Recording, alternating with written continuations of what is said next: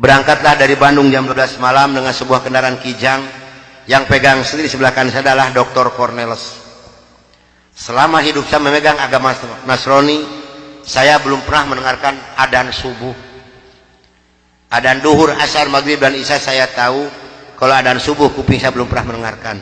Karena saya belum pernah bangun sesubuh itu. Begitu nyampe di Jakarta di kampung Prapanca, bertepatan dengan berkumandangnya adzan subuh. Kata Dr. Cornelis kepada saya, "Bro, tolong dengarkan adzan orang Islam ini kok goblok sekali, aneh-aneh."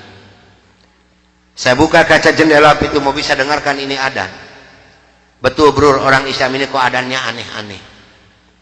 Kebetulan di Jakarta di kampung Prapanca ini, saya mengontrak sebuah rumah yang besar khusus untuk penginjil. Yang punya rumah namanya Bapak Rosid. Beliau adalah seorang sarjana agama Islam yang mengajar sekolah dasar negeri. Kata Dr. Cornelis kepada saya, "Bro, karena bro sebagai pemimpin dan ketua kami yang berhak dan berani untuk menanyakan masalah ini, tolong besok tanyakan kalau kita sudah nyampe di rumah kontrakan." Oke, besok akan saya tanyakan. Begitu saya nyampe di rumah kontrakan, kendaraan saya masukkan ke dalam garasi dan sebagian barang-barang diturunkan. Kira-kira jam 7 pagi, Pak Rosid ini keluar dari rumahnya mau mengajar. Karena kebetulan rumah yang saya kontrak dengan rumah beliau bersebelahan, hanya terhalang oleh satu jalan yang kecil. Begitu saya lihat beliau sedang menyalakan sepeda motornya, saya memberanikan diri menghampiri dan menyapa beliau. Kata saya, "Selamat pagi Pak." "Oh selamat pagi Bapak Pendeta, kapan datang dan apa kabar?" "Baik Pak, dan baru saja saya tiba." Ngobrol punya ngobrol. Akhirnya saya memberanikan diri kepada beliau menanyakan tentang ajaran agama Islam. "Pak, apakah boleh saya bertanya kepada Bapak tentang ajaran agama Islam?" Dengan senyuman yang manis, muka yang cerah, beliau memberikan jawaban kepada saya.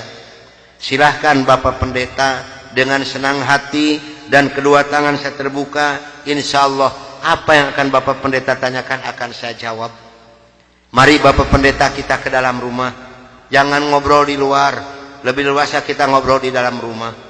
Saya dibawa masuk ke dalam rumah beliau, sehingga beliau ini berani mengorbankan tugas negaranya, tidak jadi mengajar karena ngobrol dengan saya sampai jam 3 sore. Yang pertama sekali saya tanyakan kepada beliau adalah tentang azan. "Pak, kenapa orang Islam ini kok adzannya aneh-aneh?" "Aneh-aneh bagaimana Bapak Pendeta?" "Tadi begitu saya masuk sini, terdengarlah suara adzan yang asing di kuping saya. Ada kata-kata aso. Aso apalah saya tidak tahu Pak."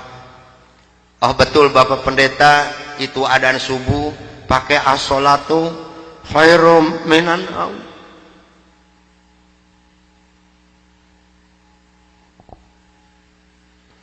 "Apa artinya Pak?" Beliau memberikan jawaban kepada saya, "Lebih baik sholat daripada..." Bukan semakin tertarik kepada Islam, tidak, tapi saya semakin membenci. Kenapa? Karena iri di dalam hati saya. Kenapa orang Islam ini berani meninggalkan tidurnya untuk melaksanakan ibadat kepada Tuhannya dengan kata-kata yang ada di adzan ini? Maka timbullah kata-kata yang keluar dari mulut saya yang sangat dan sangat menyakitkan Bapak Rosid dan umat Islam yang lainnya. Kata saya, "Kalau begini orang Islam ini lebih goblok lagi. Kapan molornya kalau sholat melulu?" Dulu sebelum saya mengenal kepada Islam, banyak sekali yang beliau terangkan kepada saya tentang ajaran agama Islam, dan akhirnya beliau memberikan satu Al-Quran dengan terjemah produksi Departemen Agama. Kata beliau kepada saya, "Ini untuk Bapak Pendeta kalau memerlukan, tapi kalau tidak tolong kembalikan kepada saya." Saya terima ini Al-Quranul Karim. Kira-kira jam 3 lebih saya keluar dari rumah beliau masuk rumah kontrakan saya. Begitu saya nyampe di rumah kontrakan, saya langsung ditegur oleh rekan-rekan saya, termasuk oleh Dr. Cornelis dan Dr. Johan. "Dari mana Bro, kok dari pagi sampai sore begini baru pulang? Sedangkan jam 4 sore ini Bro harus memimpin kami untuk membawa umat Islam yang ada di kampung Prapanca ini. Maka saya katakan kepada rekan saya bahwa saya sudah menanyakan tentang azan dan saya diberikan satu Al-Quran ini. Ini ditertawakan semua oleh rekan saya. Seharusnya sore itu saya memimpin penginjilan, entah kenapa saya ini malas sama sekali untuk melaksanakan tugas. Mungkin ini sudah jalan dari Allah Subhanahu wa taala.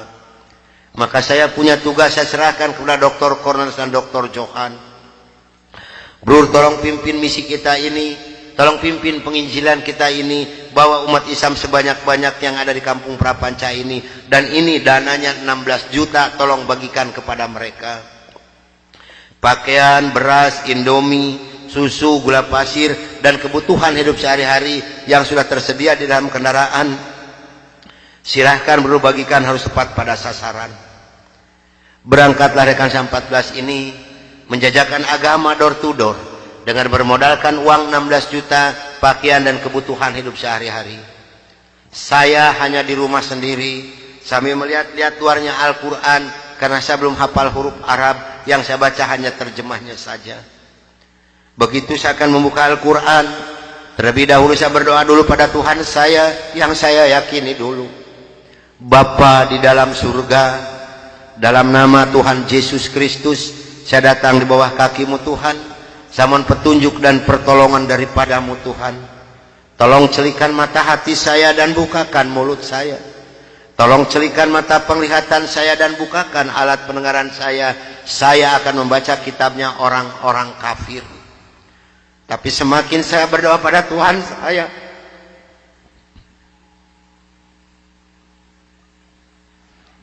semakin terbukalah dalam Al-Quran ini.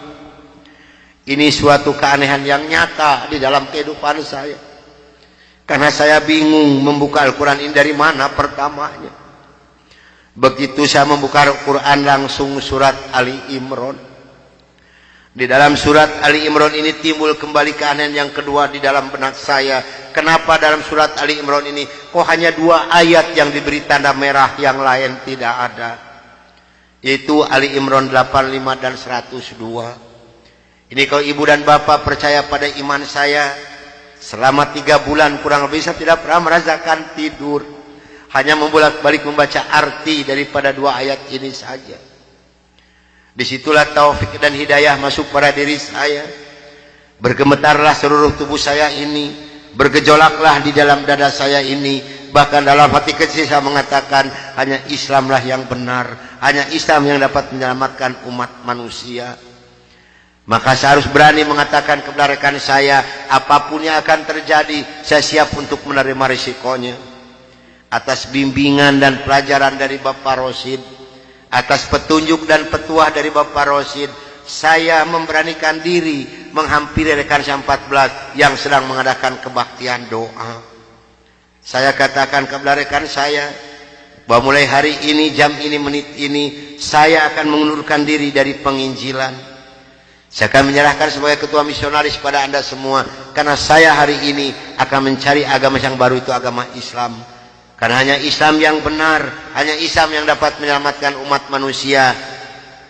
Agama yang kita pegang sama-sama tidak bisa menyelamatkan kita semua. Namun apa daya yang saya terima dari mereka, maaf, saya bukan mau dikasihan oleh ibu dan bapak, tidak. Yang mengasihani saya adalah Allah Subhanahu wa taala.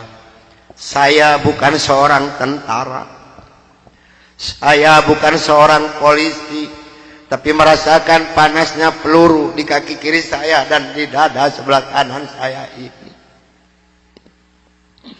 Besi yang lebarnya 6 cm yang dibakar merah membara, yang dipukulkan ke pipi saya tahan dengan tangan kiri saya.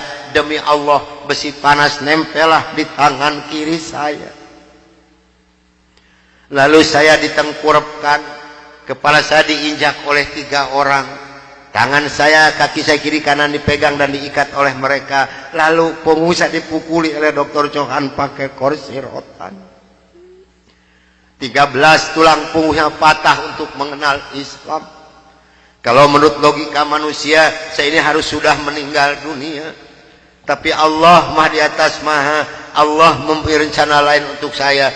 atas izin dan karunia Allah yang diberikan kepada saya bisa lolos dari pembunuhan rekan-rekan saya.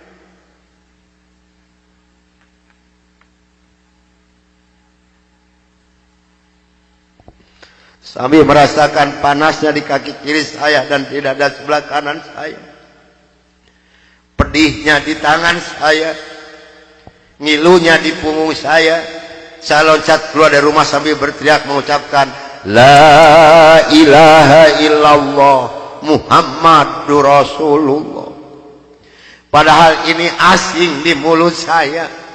Belum pernah ada seorang pun yang mengajarkan kalimat thayyibah di dalam mulut saya ini. Belum pernah sekalipun saya belajar kalimat thayyibah di dalam mulut saya ini. Ini maunah yang pertama Allah berikan melalui mulut saya. Dan alhamdulillah saya mendapatkan pertolongan dari seorang cim-cim yang beragama Buddha. Saya dibawa masuk ke dalam rumah beliau. Lalu baju saya digunting kayak jadi satu dengan kulit. Lalu yang bekas luka besi panas dari kocorotin pakai kecap oleh beliau. Kaki saya ditahan pakai kayu bekas pegangan sapu, diikat pakai benang rapia. Punggung saya diikat pakai samping. Lantas saya dibawa beliau ke rumah sakit Fatmawati. Selama 3 bulan 27 hari saya berbaring di dalam rumah sakit, merasakan hancurnya tubuh saya ini, pengen mengenal Islam.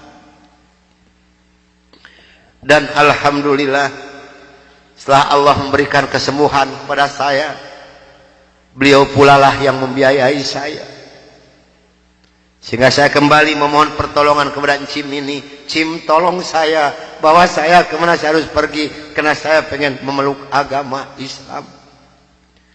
Dan alhamdulillah saya dibawa oleh beliau ke Cipete, ke Bapak Kiai Haji Dr. Idam Khalid, saksi yang masih hidup yang membina kesama yang pertama adalah Bapak Hamjahas. Maka kata beliau kepada saya, kalau Anda pengen masuk Islam yang kafah dan istiqomah, Anda jangan dulu mengenal Al-Quran, Anda jangan dulu mengenal sholat, tapi Anda harus dulu mengenal isi daripada 2 kalimat syahadat yang barusan Anda ucapkan. Alhamdulillah selama 3 bulan kurang lebih saya dibina oleh beliau untuk mengartikan isi daripada 2 kalimat syahadat. Barulah saya marifatullah. Disinilah nikmatnya iman dan nikmatnya ibadah yang saya rasakan sampai detik ini. Lalu saya suruh pulang dulu oleh beliau, karena saya masih mempunyai keluarga, itu anak dan istri. Ternyata keluarga saya telah mendapatkan laporan dari Kansa 14 dan dari Dewan Gereja Indonesia bahwa saya telah murtad masuk agama Islam. Begitu saya nyampe di rumah saya lihat dengan mata kepala saya sendiri, pakaian saya, ijazah saya, semua dibakar oleh putri-putri saya dan istri saya di hadapan mata saya. Dan alhamdulillah saya diselamatkan dari maut yang kedua oleh Allah Subhanahu wa ta'ala. Begitu putri-putri saya menyiramkan minyak kelapa panas ke muka saya masih diselamatkan oleh Allah. Minyak kelapanya tumpah di punggung saya. Ini adalah darah daging saya sendiri yang menganiaya saya, bukan orang lain. Lalu kepala saya dilempar pakai copet, dipukuli pakai setikasti, sampai saya diusir caci maki dengan kata-kata yang sangat keji yang keluar dari mulut darah daging saya sendiri.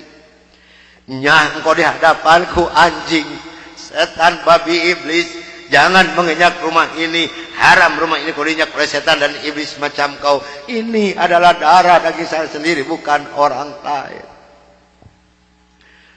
Dan alhamdulillah begitu saya meninggalkan rumah tangga saya, hanya pakai pakaian satu setel yang nempel di badan saya yang penuh dengan minyak kelapa panas. Harta kekayaan berlimpah luah demi Allah tidak saya bawa serupiah pun, karena saya pengen masuk Islam yang kafah dan istiqomah. Saya harus samina wa atona. Jangankan harta kekayaan yang berlimpah luah, putri-putri saya pun yang 3 saya putuskan. Mulai detik ini Anda bukan darah daging saya bukan bapak Anda, dan Anda bukan putri-putri saya. Titik sampai di sini. Jangan ada lagi pertalian darah antara Anda dengan saya. Kenapa saya putuskan kepada putri-putri saya yang 3? Karena saya takut besok atau lusa saya meninggal dunia, bagaimana tanggung jawab saya di hadapan Allah Subhanahu wa taala. Maka alhamdulillah sudah hampir 22 tahun lebih ini saya belum pernah dipertemukan dengan batang hidungnya. Namun alhamdulillah, biarpun putri-putri saya tidak yang ikut satupun, Allah telah memberikan kebahagiaan kepada saya pada saat sekarang ini. Kebahagiaan yang Allah berikan kepada saya tidak bisa ditukar dengan suatu apapun yang ada di dunia ini. Sekalipun emas berlian sebesar gunung tidak mungkin bisa menukarkan kebahagiaan yang Allah berikan kepada saya. Kenapa? Karena rekan saya yang 14 yang dulu menganiaya saya, yang dulu membunuh saya, alhamdulillah sekarang sudah masuk Islam semua. Sekarang sedang jihad fisabilillah, sedang membela agama Allah, yaitu syiar agama Islam di daerah-daerah Nasrani. Itu yang pertama di Papua Barat di Manokwari, yang kedua di NTT Kampung Kalabai Kabupaten Alor, yang ketiga di Kalimantan Tengah di Sampit. Saya mohon bantuan doa dari ibu dan bapak yang hadir malam ini agar saya dengan rekan saya diberikan kekuatan oleh Allah Subhanahu wa taala. Kalau ibu dan bapak pengen tahu dakwah Islam daerah Nasrani, demi Allah ini tantangannya adalah nyawa. Saya pun di Manokwari sedang menanak nasi, Pak, Bu. Kalau Allah sudah mengizinkan saya harus meninggal, saya dipanah, ini kenal kemaluan saya. Allah belum menghendaki saya untuk meninggal, hanya 3 cm jaraknya di panah. Sedangkan panah di Manokwari demi Allah bukan 1,20 meter panjangnya, tapi 1,60 meter panjangnya. Ujungnya sudah pakai racun. Ini perjuangan membela agama Allah daerah Nasrani. Alhamdulillah perkembangan Islam di daerah Manokwari. Padahal Manokwari ini akan dijadikan kota Injil. Kalau Manokwari sudah jadi kota Injil, yang pertama tidak boleh ada adzan berkumandang, tidak boleh mendirikan masjid, tidak boleh ada perempuan yang berjilbab. Alhamdulillah di sana ada 297 orang yang masuk agama Islam, termasuk orang yang memanah saya. Kemarin tanggal 17 Desember saya baru selesai membuat masjid. Dari mana biayanya? Dari hasil pengajian saya. Saya mohon bantuan doa, karena kadang-kadang rekan saya di sana, Pak, maaf, 10 hari lebih tidak pernah ketemu nasi. Yang dimakan oleh rekan saya singkong direbus, yang penting terganjal perut, karena sulit mencari dana untuk dakwah di Islam ini. Dari mana makan mereka sehari-hari? Maaf, dari hasil pengajian saya. Karena mereka lepas dari gereja tidak ada santunan apapun. Siapa yang harus bertanggung jawab? Kita-kita inilah sebagai umat muslim. Di Kalimantan Tengah ada 192 orang. Di sana, Pak, demi Allah tidak ada masjid satupun. Gereja ada 9. Paling banyak isi gereja 15 orang.